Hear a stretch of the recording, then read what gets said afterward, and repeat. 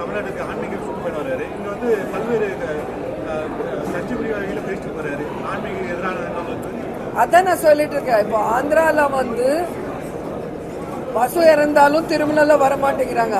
திருமலால தண்ணி குடிச்சு மர்டர் நடந்தது, ட்ரக்ஸ் விற்கிறாங்க, எல்லாமே டிவியில் வருது.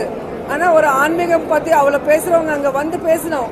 தப்பு பண்ணவங்களை வந்து இவங்களை வந்து அரெஸ்ட் பண்ணணும். இவங்க பத்தி என்ன உண்மைகள் எல்லாம் வெளியே வர வைக்கணும்னு சொல்லி கேட்கணும். வரமாட்டார். ஷூட்டிங்ல ஹைதராபாத்ல ரிலாக்ஸா இருப்பார். சும்மா அங்கங்கே மீட்டிங் வச்சுட்டு இன்னைக்கு தமிழ்நாடு வந்தார், நாளைக்கு கர்நாடகா போவார். அவருக்கு வந்து டைம் பாஸ் பாலிடிக்ஸ் பண்றாரு. ஒரு சீரியஸ் பொலிட்டிஷியன் கிடையாது. ஏன்னா என்டிஆர் கூட ஒரு ஆர்டிஸ்ட் தான். ஆனா எப்படி ஒர்க் பண்ணிருக்காங்க நீங்க எல்லாம் பார்த்திருக்கீங்க.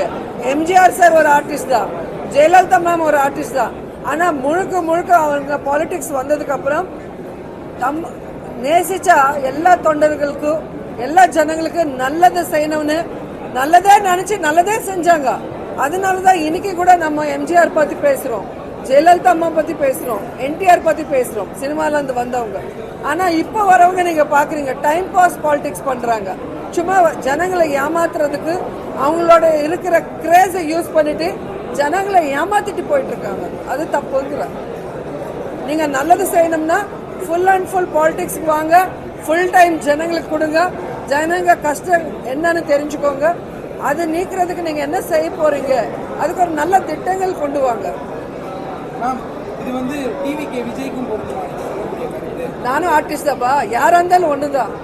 நான் நிறைய மீட்டிங்ல சொன்னேன், பாலிடிக்ஸ்க்கு யார் வேணாலும் வரலாம், ஆனா வரும்போது நல்ல எண்ணத்தோட வாங்க. ஏன்னா ஆந்திரால சிரஞ்சீவி சார் வந்ததுக்கு அப்புறம் திடீர்னு அந்த பார்ட்டி எடுத்து போய் காங்கிரஸ்ல மெர்ஜ் பண்ணிட்டு போயிட்டாங்க. அவங்கள நம்பி வந்தவங்க ரோட்ல நிக்கிறாங்க இல்லையா. உங்களுக்கு என்ன ரைட் இருக்கு உங்க பின்னால வரவங்கள நீங்க ரோட்ல நிக்க வைக்கிறதுக்கு? அதே மாதிரி பவன் கல்யாண் பார்ட்டி வச்சாங்க, எலெக்ஷனே போல 2014. ஒரு நாள் தெலுங்கு தேசம் ஜெண்டா தூக்க சொல்லுவாங்க, ஒரு நாள் பிஜேபி ஜெண்டா தூக்க சொல்லுவாங்க, ஒரு நாள் மாயாவதி மேடம் கூட எலெக்ஷனுக்கு வந்தாங்க 2009, அவங்க கொடி தூக்க சொல்றாங்க. அவங்க தொண்டர்கள் வந்து கூலி கிடையாது இல்லையா. இவர் சொல்ற பார்ட்டி ஜெண்டா தூக்குறதுக்கு மட்டும் கிடையாது இல்லையா, அதுக்கு ஒரு எஜெண்டா இருக்கணும் இல்லையா. ஸோ அந்த மாதிரி செய்யாதீங்க. விஜய் சாருக்கு நான் சொல்றது, ஒரு எம்ஜிஆர் மாதிரி, ஒரு ஜெயலலிதா மாதிரி, ஒரு என்டிஆர் மாதிரி ஜனங்க நம்மளை நம்பும் போது, நம்ம பின்னால வரும்போது அவங்களுக்காக எவ்வளவு தூரம் வேணாலும் நம்ம ஃபைட் பண்ணோம். திடீர்னு நடுவில் போகக்கூடாது, அவங்கள ரோட்ல விட்டுட்டு போகக்கூடாதுன்னு நான் சொல்றேன். தமிழ்நாட்டில் எலெக்ஷன் வரப்போகுது, சட்டமன்ற எலெக்ஷன் வந்து எல்லா துறையும் சார்ந்தவங்க பயன்படுத்துறாங்க. பட் ஆனால் சினிமா ஃபீல்டில் பயன்படுத்த ஃபோக்கஸ்டாக பார்க்குறாங்களா? சினிமாக்கு அதுதான் கஷ்டம். ஏன்னா ஆர்டிஸ்ட்னா ரீச் நிறைய இருக்கும் இல்லையா. நீங்க டிஆர்பின்னு சொல்லுவாங்க. ஸோ நார்மல் ஆள் பத்தி எது சொன்னாலும் யாரும் கேட்க போறது கிடையாது. ஆனா ஒரு சினிமா ஆர்டிஸ்ட் இல்லை அவங்க குடும்பத்துக்கு சேர்ந்தவங்களை பத்தி ஒரு இஷ்யூனா உடனே அதுக்கு ஒரு பப்ளிசிட்டி இருக்கும். அதனால பாவம் அவங்க தான் மாட்டிக்கிறாங்க.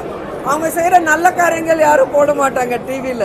ஆனா ஒரு சின்ன தப்பு நடந்தாலும் அது பெருசா ஃபோக்கஸ் பண்ணி அவங்க வாழ்க்கையில அந்த ஃபேமிலி வெளியே வர முடியாத அளவுக்கு பண்றாங்க. அது ரொம்ப தப்பு.